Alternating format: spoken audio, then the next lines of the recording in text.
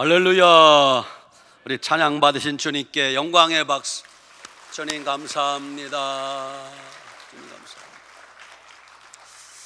우리 시온 찬양대 찬양처럼 이 땅에 하나님의 영광 거하는 그런 나라가 될 수 있도록 기도해 주시기 바랍니다. 아멘. 오늘 여러분에게 증거할 말씀의 제목은 시작. 피투성이라도 살아 있으라. 아멘. 오늘은 6.25 기념주일입니다. 1950년 6.25가 발발한 지 74주년이 되는 해입니다. 6.25는 북한의 김일성이 기습남침하여 시작된 전쟁입니다. 겨우 3일 만에 수도 서울이 공산군의 소나기에 들어갔습니다.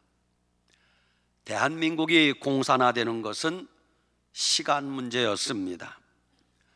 그때 대한민국은 바람 앞에 등불 같은 풍전등화의 위기였습니다. 누가 봐도 대한민국 끝났구나, 공산화되었구나 라고 보였습니다. 그때 온 국민들이 하나님 앞에 울부짖으며 기도했습니다. 하나님, 대한민국 살려주시옵소서. 저 공산군의 침략에서 대한민국이 저들을 막아내게 도와주시옵소서. 그렇게 울부짖으며 기도했습니다. 그랬더니 하나님께서 기적을 일으키기 시작했습니다. 1950년 6월 25일 6.25가 발발한 지 단 하루 만에 미국 대통령 트루먼이 미군 참전을 결정한 것입니다. 여러분, 이건 있을 수 없는 일입니다. 그 나라의 군대를 외국에 파병하려면 어느 나라든 반드시 그 나라 국회 동의를 받아야 되는데, 트루먼 대통령은 대통령 직권으로 미 의회 동의도 받지 않고 6.25가 발발한 지 하루 만에 미군 참전을 결정한 것입니다. 그리고 얼마 후에 유엔이 창설된 이래 최초이자 마지막으로 16개 나라가 전투병을 보내주는 기적이 일어난 것입니다. 그렇습니다. 6.25 때 우리가 공산군을 몰아내고 자유 대한민국을 지킬 수 있었던 것은, 첫째는 성도들의 기도에 응답한 하나님의 은혜였습니다. 둘째는 우방국 미국의 도움이 컸습니다. 셋째는 전투병을 보내준 16개 나라 유엔군의 도움이 절대적이었다는 것을 잊지 말아야 됩니다. 이제 6.25가 끝난 지, 휴전된 지 71년이 되었습니다. 휴전된 지 71년 동안 북한이 소소한 도발은 하기는 했습니다마는, 지금까지 휴전된 지 71년 동안 북한이 휴전 협정을 어긴 건수가 몇 회나 되는 줄 여러분 짐작하십니까?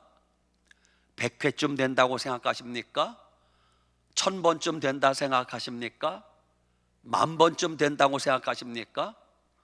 북한이 휴전 협정을 어긴 건수가 40만 건이 넘습니다. 이렇게 북한은 악랄한 집단이에요.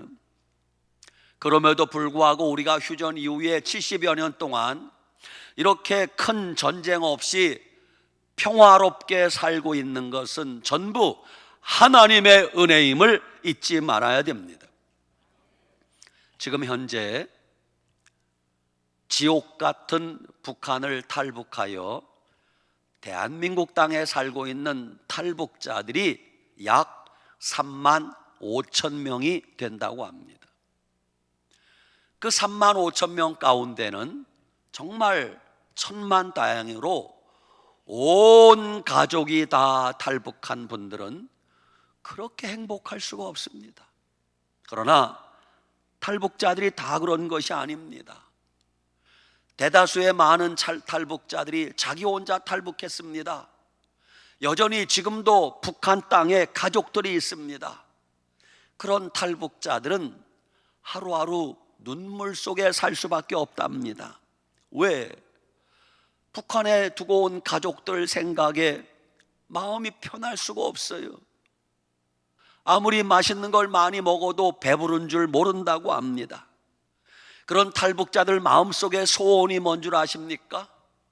언제가 될지 모르지만 남북이 통일될 때까지 북한 땅에 두고 온 가족들 제발 살아있기만을 바란다고 합니다. 그뿐만이 아닙니다. 6.25 때 수많은 이산 가족들이 생겼습니다. 그 이산 가족들이 소원이 뭔 줄 아십니까? 제발 북한에 있는 가족들이 살아있기만을 하나님 앞에 간절히 기도한다고 합니다. 오늘 우리도 마찬가지입니다. 돌아가신 부모님들이 살아계시면 얼마나 좋을까요? 자녀들이 이제 먹고 살만하여 부모님께 효도 좀 해볼까 했는데 어느새 부모님은 돌아가시고 안 계세요. 우리 가운데 어떤 분들은 세상 떠난 아내를 생각하며 세상 떠난 남편을 생각하며 살아만 있다면 얼마나 좋을까. 이제 나이 들어서 부부가 오손도손 손잡고 여행 다니며 좀 즐겁게 살아보려고 했는데 어느 날 갑자기 아내가 세상을 떠납니다. 남편을 세상 떠납니다. 그래서 눈물 짓는 분들이 얼마나 많습니까? 어떤 분들은 어린 자식을 먼저 떠나보낸 분들, 살아만 있다면 얼마나 좋을까. 그 자녀들이 장성하여 결혼하고 아들 딸 낳고 오손도손 사는 걸 보기 원했는데 어린 자녀들이 먼저 세상 떠나서 눈물 짓는 부모님들이 얼마나 많이 계십니까? 살아만 있다면 만날 날이 옵니다. 살아만 있다면 좋을 날이 옵니다. 그래서 살아있어야 되는 겁니다. 오늘 우리도 살아있다는 것을 감사하시기 바랍니다. 산다는 것에 대해서 무조건 감사하셔야 됩니다. 6.25 발발 74주년 기념예배를 드리는 우리가 오늘 다시 한번 공산주의의 실체를 분명히 알아야 됩니다. 공산주의는 인간의 존엄성이라는 게 없어요. 생명의 존중이라는 게 없어요. 공산주의는 인간의 생명을 파리 목숨만큼도 여기지 않는 자들이 공산주의예요. 28년 전에 1996년 북한에서 미그 19기를 몰고 귀순한 이철수 대위가 있어요. 당시 30살이었습니다. 그가 북한을 탈북하여 대한민국 땅에 넘어와서 대한민국 공군이 되어서 대령 계급장까지 달고 근무하다가 얼마 전에 전역 은퇴했습니다. 그 이철수 대위가 왜 내가 북한을 탈북할 수밖에 없었는가 자기 입으로 직접 간증하는 것을 제가 들었습니다. 북한 어느 비행장 근처에 김일성, 김정일이 부자에게 상납하는 자두 농장이 있답니다. 요만한 새콤달콤한 자두라는 거 여러분 아세요? 입에 침이 싹 고이죠? 이 자두 농장에서 생산되는 자두는 오로지 김일성, 김정일이 부자만 먹을 수 있도록 상납하는 자두 농장이라고 합니다. 근데 그 농장에 김일성, 김정일이에게 과잉 충성하는 아부 떠는 자들이 이 김일성 수령님 가족이 먹는 이 자두는 달아야 된다는 거예요. 달콤해야 된다는 거예요. 그래서 일반 사람들은 구경도 못하고 먹지도 못하는 설탕 포대를 갖다가 자두나무 밑에 다 땅을 파서 그걸 설탕을 뿌렸다는 거예요. 사람도 못 먹는 설탕을. 이 사실을 알게 된 자두농장 근처에 사는 8살짜리 소년이 얼마나 단 게 먹고 싶어요. 그때 여러분, 어려서는요 단 거를 많이 먹이면 아이들이 건강해지고 머리가 비상해집니다. 단 게 나쁜 게 아니에요. 어려서 단 것을 많이 드시면 아이가 머리가 비상한 아이가 될 수 있어요. 꼭 기억하세요. 이 소년이 본능적으로 설탕을 먹고 싶은 거예요. 그래서 밤에 몰래 자두 농장 울타리 넘어가서 그 자두 나무 밑에 파묻은 설탕을 파서 흙과 뒤범벅이 된 그것을 훔쳐 먹다가 들켰어요. 체포되었습니다. 이튿날 공개 재판이 열렸어요. 동무들, 마을 사람들을 다 모았습니다. 이런 파렴치한 범죄는 김정일, 김일성, 수령님에 대한 반역행위요. 그래서 그 많은 사람들이 보는 가운데 8살짜리 소년을 총살시켰다는 거예요. 우리나라 같으면 상상도 못할 일이죠. 이 사실을 알게 된 그 비행장에 근무하는 이철수 공군대위가, 북한 공군대위가 믿을 만한 자기하고 가장 친한 친구에게 속마음을 얘기했대요. 뭐라고? 동무, 이거 너무한 거 아니야? 아니, 겨우 8살짜리 아이인데 8살짜리 아이가 그것 좀 먹었다고 총살시키다니, 이건 너무한 거 아니야? 이렇게 가장 친한 친구에게 속마음을 얘기했어요. 그랬더니 그렇게 믿었던 가장 친한 친구, 미안합니다, 그 새끼가 고자질을 했어요. 보위부에 고자질을 했어요. 그래서 그날부터 이철수 대위가 그 부대에서 왕따가 되고 조롱하고 핍박이 시작되는데 살 수가 없는 거예요. 아무도 자기하고 대화를 안 해. 얼굴도 쳐다보지 않아요. 살 수가 없는 거예요. 그래서 결국 탈북하게 되었다는 거예요. 여러분, 이게 공산주의 사회입니다. 그런데 이 자유 대한민국 땅에 살면서 이런 공산주의가 좋다고 추종하고 박수치는 자들은 도대체 누구란 말입니까? 오늘 에스겔 16장은 하나님께서 이스라엘 백성들을 어떻게 구원하시고 어떻게 인도하셨는지 이스라엘을 의인화시켜서 말씀하는 내용입니다. 잘 들어보세요. 한 아이가 태어났습니다.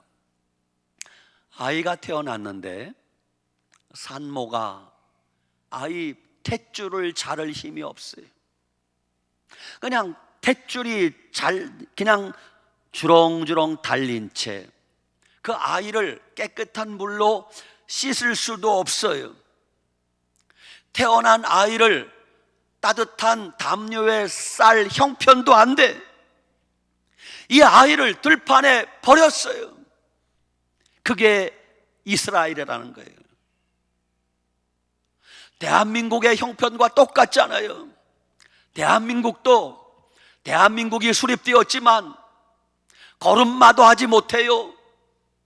일어설 수도 없는 상황이란 말입니다.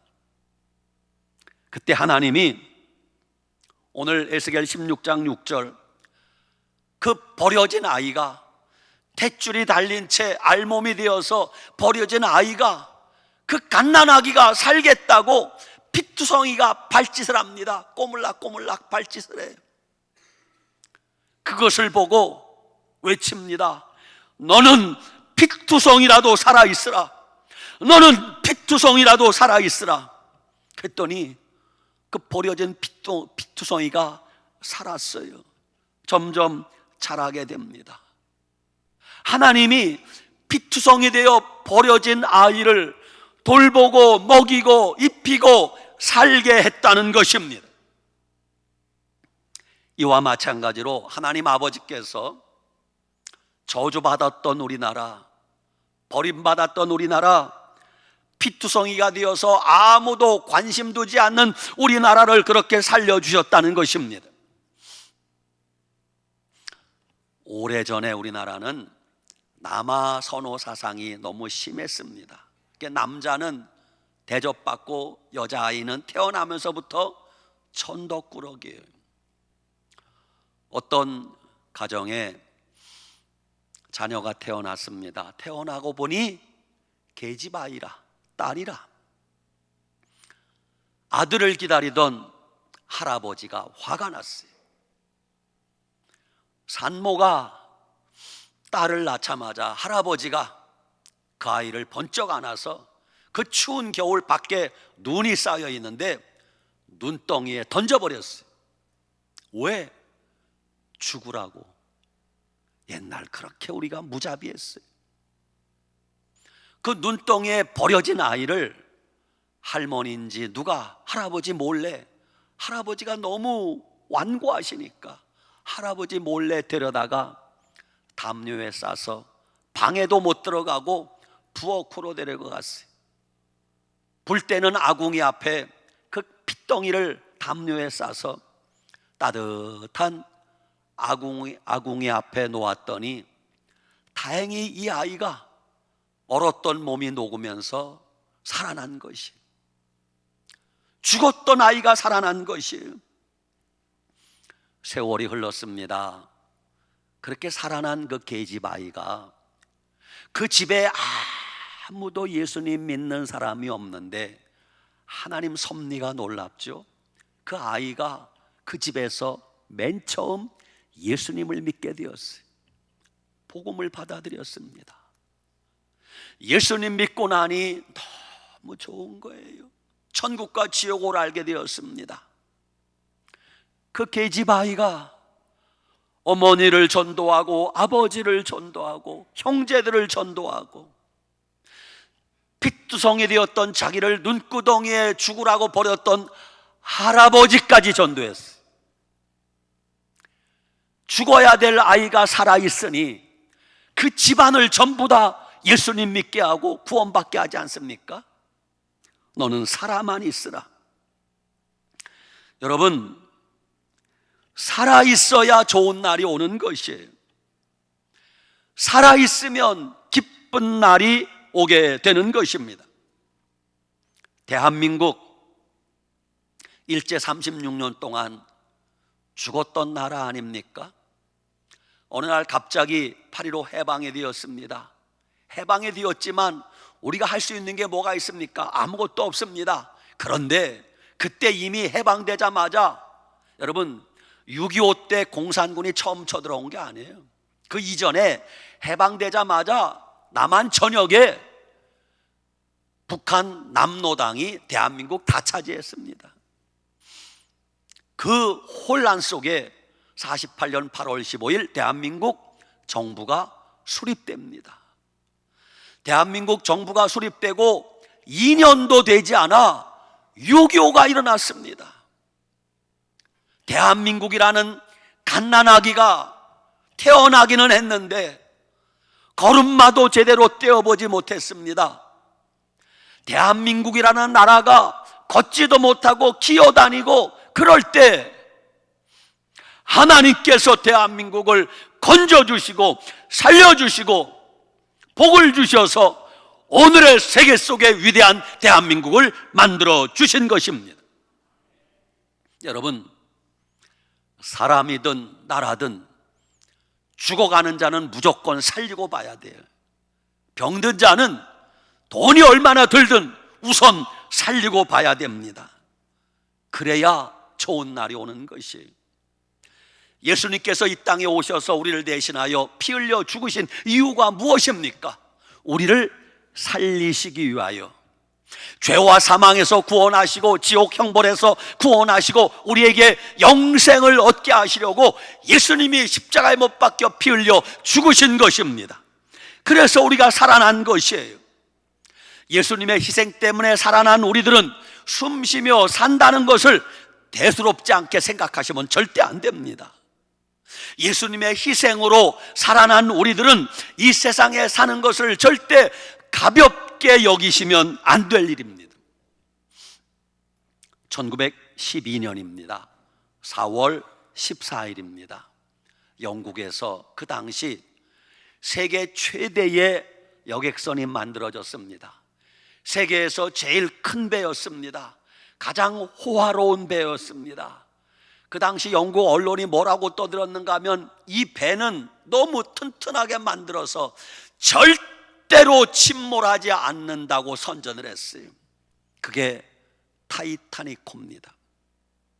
그렇게 4월 14일 첫 출항을 했습니다. 그날 밤 11시 50분에 그 배가 대서양 한가운데서 빙산에 부딪히게 됩니다. 배 타고 있는 승객들은 아무것도 몰랐습니다. 그러나 이미 타이타닉호 배 밑에서는 구멍이 뚫려서 바닷물이 밀물듯이 들어오고 있었습니다. 그 타이타닉호의 승객이 2229명이 탑승하고 있었는데 그 중에 1528명이 목숨을 잃었습니다. 그 배에 타고 있다 목숨을 잃은 분 가운데는 목사님도 계십니다. 존 하퍼라는 목사님이 계십니다. 존 하퍼 목사님은 영국에서 미국 시카고에 있는 어느 교회 부흥회 인도하러 가는 중이었습니다. 존 하퍼 목사님이 대서양 차가운 바닷물에 빠져서 얼음덩이를 붙들고 숨을 몰아쉬고 있었습니다. 그때 옆에 한 청년이 같이 물에 빠져 죽어가고 있었습니다. 존 하퍼 목사님이 손을 저어 그 청년에게 다가가서 말을 겁니다. 젊은이, 자네는 예수 믿고 구원받았는가? 아니요, 대답을 했어요. 그러자 존 하퍼 목사님이 그에게 이렇게 말을 합니다. 젊은이, 예수님을 믿으시오.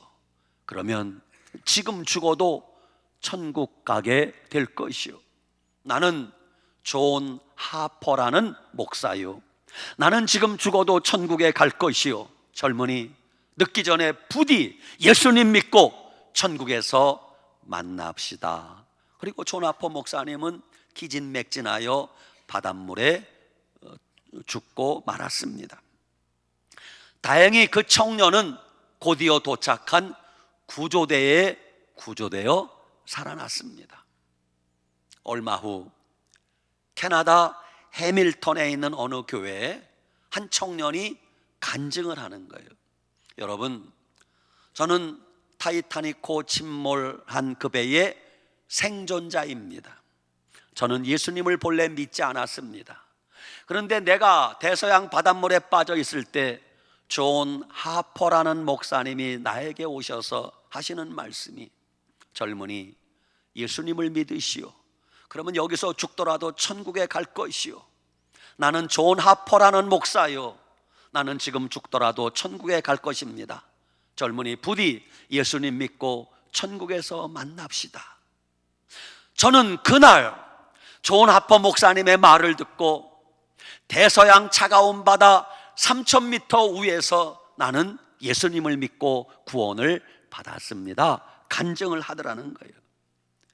그 젊은 청년이 존 하퍼 목사님의 마지막 말을 듣고 예수님 믿고 구원받아 살아났으니 감사한 일 아닙니까? 여러분, 인생 살아보니 살아만 있으면 감사한 일들이 얼마나 많은지 몰라요. 우리가 지금까지 인생 살면서 큰 부자가 되지 못했어도 괜찮습니다. 죽지 않고 살아있다면 감사하시기 바랍니다. 우리가 지금 몸이 아파 병 치료하고 있어도 괜찮습니다. 죽지 않고 살아있다면 감사하시기 바랍니다. 우리가 크게 성공을 거두고 이름을 알지 못했어도 괜찮습니다. 지금 살아 숨쉬고 있다면 감사하시기 바랍니다. 개똥밭에 굴러도 이승이 낫다고 하잖아요. 아무리 고생하며 살아도 죽는 것보다 사는 게 낫다는 뜻입니다. 그렇습니다. 살아있어야 내일이 있습니다. 살아있어야 꿈이 있습니다. 살아있어야 미래가 있습니다. 살아있어야 좋은 날을 보게 될 것입니다. 일본에 18살짜리 소녀가 있었어요. 그러니까 고등학생이겠죠. 어느 날 갑자기 어머니가 돌아가셨어요. 유일하게 어머니를 의지하고 살았는데 어머니가 돌아가시니까 세상 살 이유가 없는 거예요. 그래서 이 18살짜리 소녀가 나도 죽어야 되겠다 결정을 하고 달리는 기차에 뛰어들었습니다.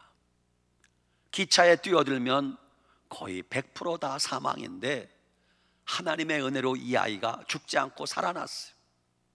살아났는데 두 다리가 잘려졌습니다. 왼쪽 팔이 잘려졌습니다. 오른쪽 팔 하나가 남았는데 손가락 2개가 없어지고 손가락이 3개만 남았습니다. 눈을 떠보니 병원입니다. 어머니도 안 계십니다. 두 다리가 잘라진 자기 모습, 왼쪽 팔이 없습니다. 팔 하나가 남았는데 손가락 3개밖에 남지 않아요. 이 소녀가 다시 죽어야 되겠다 생각하고 수면제를 모으기 시작합니다. 병원에서 잠이 안 온다고 핑계를 대고 수면제를 하나 두 알 모았어요. 그렇게 죽을 기회만 엿보는데 어느 날 그 병원에 한 신학생이 전도지를 가지고 전도하러 와서 그 여학생을 만나게 됩니다. 그 여학생에게 전도지를 주었는데 전도지에 이런 성경 말씀이 적혀 있어요. 그런즉 누구든지 그리스도 예수 안에 있으면 새로운 피조물이라.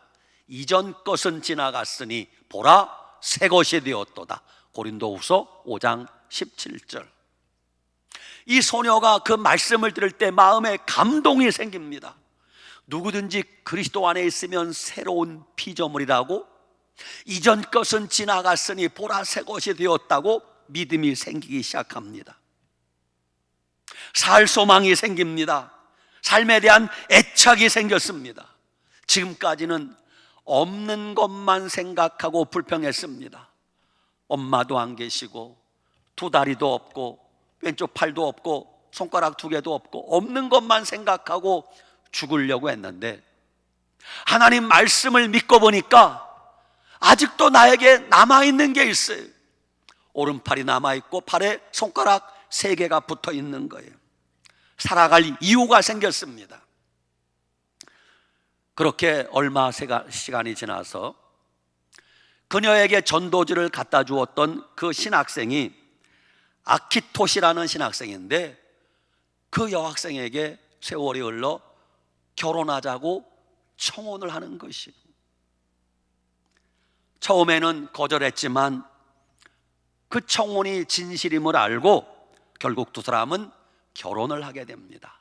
행복한 가정을 이루었어요. 2 딸을 낳고 지금 행복하게 살고 있다고 합니다. 산다는 것이 황홀하다라는 책을 쓴 다하라 요네코 여사의 간증입니다. 산다는 것이 황홀하다. 그 책의 내용 가운데 감자와의 전쟁이라는 글이 나옵니다. 그 다하라 요네코 여사가 어느 날 저녁 남편을 위해서 2 딸을 위해서 음식을 준비하는데 감자를 까야 돼. 여러분 2손 가지고 감자 깔 때 한 손으로 감자를 들고 한 손으로 칼을 들고 그래야 감자가 까지는데 왼손은 없습니다. 한쪽 손만 있는데 손가락이 3개밖에 없어요. 그 둥근 감자 껍질을 깔 수가 없잖아요. 아무리 해도 못 까는 거예요. 그래서 절망이 찾아왔습니다. 그때 하나님께 기도합니다. 하나님, 내가 사랑하는 남편을 위해서 2 딸을 위해서 요리를 해야 되는데 감자 좀 깔 수 있게 도와주세요. 그러자 하나님이 지혜를 주십니다. 딸아, 예 주님. 도마 위에 감자를 우선 올려놓아라. 예 주님. 칼을 들어라. 그리고 감자를 냅다 내리쳐라. 두동강이 났습니다. 두동강이 나니까 그 단면이 평평하잖아요. 평평한 쪽을 올려놓으니까 감자가 굴러다니지 않아요. 그래서 거기서 힘들게 감자 껍질을 까게 되었다는 것이에요. 이렇게 손가락 3개밖에 없는 다하라 요네코 여사가 집안 살림도 하고 청소도 하고 요리도 하고 그렇게 행복하게 살면서 오늘을 살아가는 우리에게 이렇게 권면합니다. 여러분, 하나님은 2 다리가 없고 한쪽 팔이 없고 손가락 3개밖에 남지 않은 나 같은 장애인도 사랑하십니다. 여러분도 아마 많은 것들을 잃었겠지만 생각해보면 아직도 남은 것이 있을 것입니다. 그 남은 것 가지고 하나님의 목적을 따라 살면 삶이 여전히 황홀하다는 것을 알게 될 것입니다. 이렇게 권면하고 있어요. 여러분, 잃어버린 거, 나에게 없는 거, 빼앗긴 것만 생각하지 말고 아직도 나에게 남아있는 거 생각하면 감사하며 살게 될 줄 믿으시기 바랍니다. 오늘 6.25 발발 74주년 기념주일입니다. 오늘의 대한민국이 이렇게 살아 건재하는 것은 하나님의 은혜입니다. 대한민국이 존재할 뿐만 아니라 지금 세계 속에 위대한 대한민국이 된 것은 전부 하나님의 은혜입니다. 그러나 눈에 보이는 대한민국의 현실은 여전히 위태롭기만 합니다. 정치적으로 혼란합니다. 경제적으로 많이 침체되어 있습니다. 사회적으로 어지럽고 온갖 부조리, 부정부패가 난무합니다. 그래서 눈에 보이는 대한민국은 곧 망할 것 같이 보입니다. 그러나 대한민국 망하지 않습니다. 만약 하나님이 대한민국을 포기하셔서 대한민국이 망해야 한다면 이미 500여 년 전에 임진왜란 때 대한민국이 망했을 거예요. 대한민국이 망해야 한다면 병자호란 때 망했을 거예요. 대한민국이 망해야 된다면 한일합방되고 일본에게 나라를 빼앗겼을 때 그때 나라가 망했을 거예요. 대한민국이 망해야 된다면 6.25 때 망했을 거예요. 대한민국이 망해야 된다면 IMF가 찾아왔을 때 망했을 거예요. 이렇게 대한민국 역사를 보면 수없이 대한민국이 망할 수밖에 없는 상황이 수없이 많이 있었지만 대한민국 망하지 않았습니다. 그 이유가 뭔 줄 아십니까? 하나님이 대한민국을 붙들고 계시기 때문입니다. 하나님이 대한민국을 지키고 하나님이 대한민국을 보호하시기 때문에 대한민국은 망하지 않았습니다. 앞으로도 마찬가지입니다. 하나님이 인류 역사의 마지막에 대한민국을 세계 속에 복음 전하는 나라로 삼기 위하여 하나님이 붙들고 계시는 한 대한민국은 망하지 않을 것입니다. 우리나라가 세계 속에 복음 전하기 위하여 몸부림치고 사명 감당하는 한 정치적으로 혼란하고 경제적으로 어렵고 사회가 어두워도 하나님은 대한민국 망하지 않게 지켜주실 것입니다. 우리가 대한민국을 위해서 기도하고 대한민국을 위해서 우리가 날마다 하나님 앞에 부르짖는 한 하나님은 대한민국을 지켜주실 것입니다. 6월 호국 보훈의 달을 보내면서 여러분 한마디씩이라도 우리나라 위해서 기도해 주시기 바랍니다. 대한민국 건재하게 될 것입니다. 세계 속의 위대한 대한민국 될 것입니다. 하나님이 우리 민족에게 맡겨주신 세계 선교 복음화를 위해서 여러분 기도해 주시고 대한민국을 사랑하시고 애국하는 우리 모두가 될 수 있기를 바랍니다. 아멘. 기도하겠습니다. 살아계신 하나님, 은혜와 사랑을 감사합니다. 6.25 발발 74주년 기념 예배를 드리면서 완전히 버려진 것 같았던 우리나라, 완전히 망한 것 같았던 우리나라, 아무 소망도 없었던 우리나라 하나님이 살려주시고 건져주시고 도와주셔서 오늘의 대한민국 만들어주심을 감사합니다. 주님, 피투성이 같았던 우리들, 아무도 관심 두지 않았던 우리들, 주님이 불쌍히 여겨주시고 살려주셔서 오늘의 대한민국을 만들어 주셨으니 자자손손 우리 대한민국 아름다운 나라 자유대한민국 만들어 후손들에게 물려주게 하여 주시옵소서.